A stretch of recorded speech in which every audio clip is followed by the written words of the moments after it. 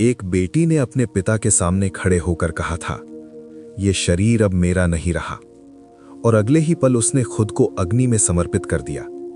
उस एक त्याग ने न केवल एक यज्ञ को राख कर दिया, बल्कि सारी सृष्टि को हिलाकर रख दिया। नमस्कार दोस्तों, स्वागत है आपका आपके अपने चैनल भक्ति ज्ञान में। आज हम एक ऐसी कथा सुनाने जा रहे हैं जो सुनते ही रोंगटे खड़े कर देती है, आंखें नम कर देती है और मन में एक साथ क्रोध, दुख, श्रद्धा और विस्मय भर देती है। ये है मां सती का अग्नि में समर्पण, दक्ष के महायज्ञ का भयंकर संहार, भगवान शिव का विनाशकारी तांडव और पृथ्वी पर बिखरे 51 शक्तिपीठों का जन्म। अगर आप शिव के सच्चे भक्त हैं तो इस वीडियो को अंत तक जरूर देखिएगा। ये शक्ति, प्रेम और अहंकार के टकराव की सबसे बड़ी गाथा है। अंत में कमेंट में जरूर लिखिएगा जय मां सती या हर हर महादेव। चलिए अब डूबते हैं इस महाकथा में। बहुत प्राचीन काल की बात है। सृष्टि के आरंभ में जब देवता, मनुष्य और असुर सब अपनी अपनी जगह बना रहे थे, प्रजापति दक्ष, ब्रह्मा जी के मानस पुत्र, उनकी पत्नी प्रसूति से 60 पुत्रियां हुईं। इनमें सबसे छोटी, सबसे सुंदर और सबसे तेजस्वी थीं सती। सती का मन बचपन से ही केवल एक पर केंद्रित था, भगवान शिव पर। वे शिव को ही अपना सर्वस्व मानती थीं और समय आने पर उन्होंने शिव से ही विवाह किया।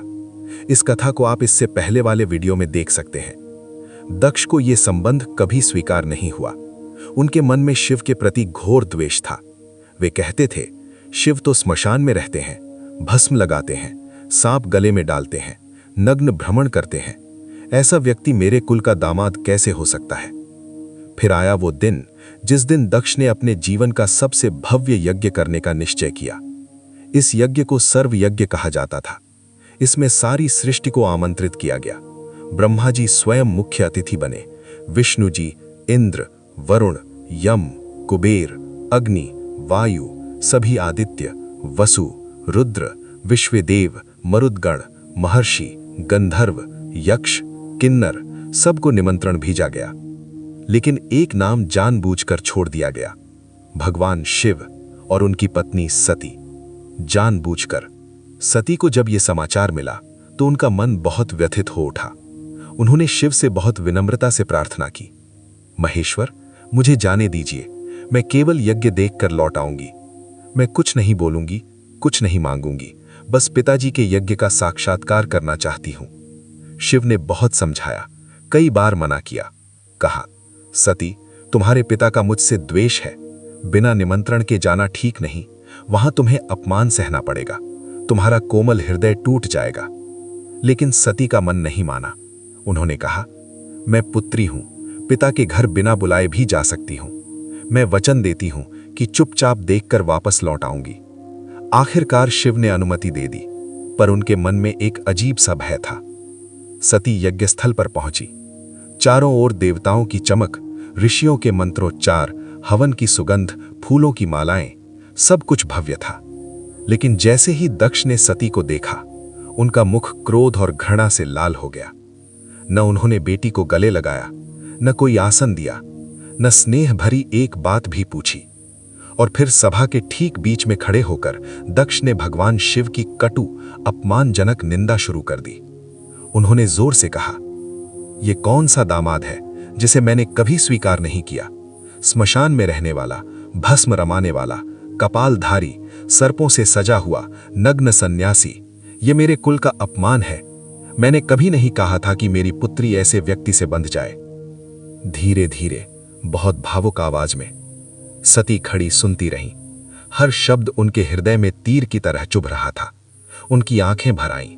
फिर भी उन्होंने बहुत संयम से कहा, पिताजी, आप शिव की महिमा नहीं समझ रहे। वे आदि अनादि हैं, वे संपूर्ण जगत के स्वामी हैं। उनका अपमान करना सृष्टि का अपमान है। लेकिन दक्ष ने और भी कठोर वचन कहे।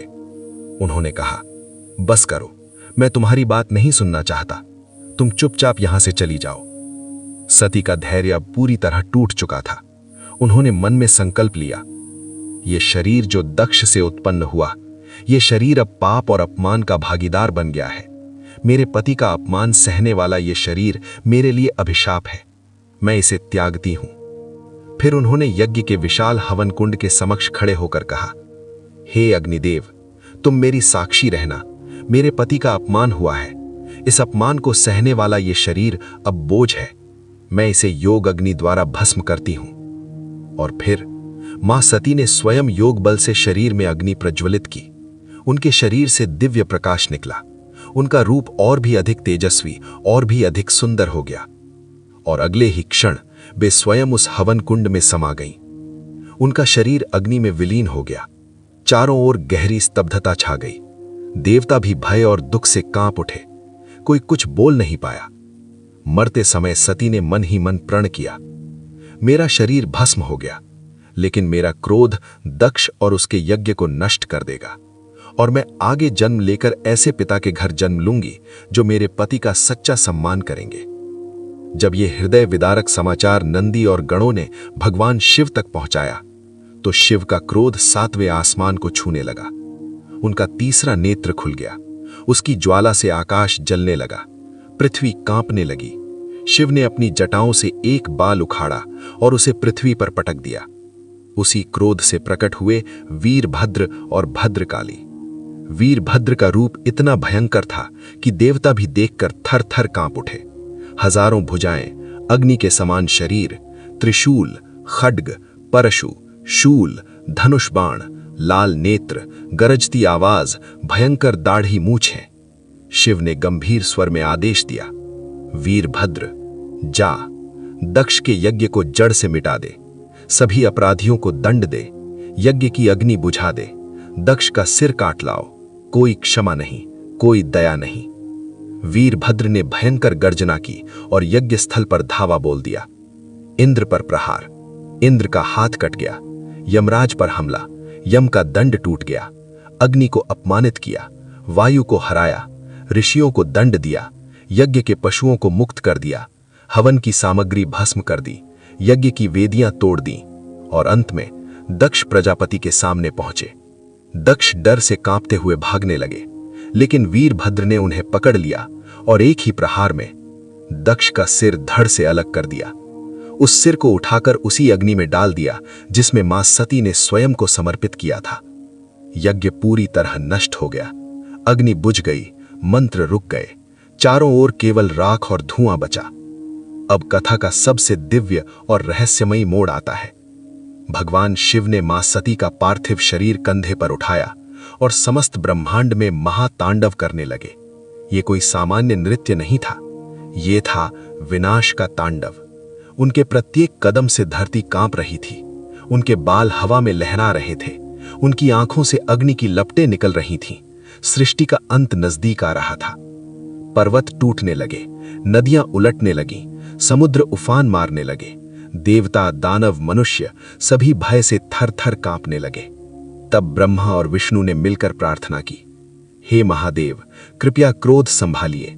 यदि ये तांडव नहीं रुका तो सारी सृष्टि नष्ट हो जाएगी। विष्णु जी ने अत्यंत करुणा से अपना सुदर्शन चक्र चलाया और मां सती के शरीर को 51 टुकड़ों में विभक्त कर दिया। ये 51 टुकड़े पृथ्वी पर अलग अलग स्थानों पर गिरे, और जहां जहां कोई अंग, कोई आभूषण, कोई वस्त्र गिरा, वहां शक्तिपीठ का जन्म हुआ। प्रत्येक पीठ में मां का एक रूप और शिव का एक भैरव रूप स्थापित हो गया। कुछ प्रमुख शक्तिपीठ और वहां गिरे अंग: कामाख्या देवी गुवाहाटी, योनिस्थल सबसे शक्तिशाली पीठ, ज्वालामुखी कांगड़ा जीभ, वैष्णो देवी जम्मू दाहिना हाथ, कालीघाट कोलकाता दाहिना पैर, तारापीठ बंगाल बायां नेत्र, हिंगलाज माता पाकिस्तान ब्रह्मरंध्र, पटनेश्वरी पटना दाहिनी जंघा, अमरनाथ कश्मीर कंठ, नैना देवी हिमाचल नेत्र, विशालाक्षी काशी आंख या कान का मणि, शारदा पीठ दाहिना हाथ, सुंदरी त्रिपुरा बायां नेत्र। और इसी तरह कुल 51 शक्तिपीठ आज भी विद्यमान है, जहां मां की सच्ची भक्ति से सिद्धि, शक्ति और मोक्ष प्राप्त होता है। अंत में ब्रह्मा और विष्णु की बार बार प्रार्थना पर शिव का क्रोध शांत हुआ। दक्ष को बकरे का सिर लगाकर पुनर्जीवित किया गया। दक्ष ने अपनी भूल स्वीकार की और शिव की स्तुति की, और मां सती बाद में पार्वती के रूप में हिमालय की पुत्री बनकर आईं और पुनः भगवान शिव से परिणय सूत्र में बंधी। दोस्तों, ये कथा हमें बहुत कुछ सिखाती है। अहंकार कितना भी ऊंचा क्यों ना हो, उसका अंत हमेशा नीचे होता है। सच्चा प्रेम और सतीत्व कभी मिटता नहीं है। अपमान और द्वेष सृष्टि को हिला सकता है, लेकिन वही शक्ति अंत में संतुलन और कल्याण भी लाती है। अगर आज की ये कथा आपके मन को छू गई हो तो कृपया वीडियो को लाइक कर दीजिए, चैनल को सब्सक्राइब कर लीजिए और बेल आइकन दबा दीजिए। कमेंट में अपनी भावना लिखिए, जय मां सती या हर हर महादेव। अगली कथा में देखेंगे कार्तिकेय का जन्म, तारकासुर वध।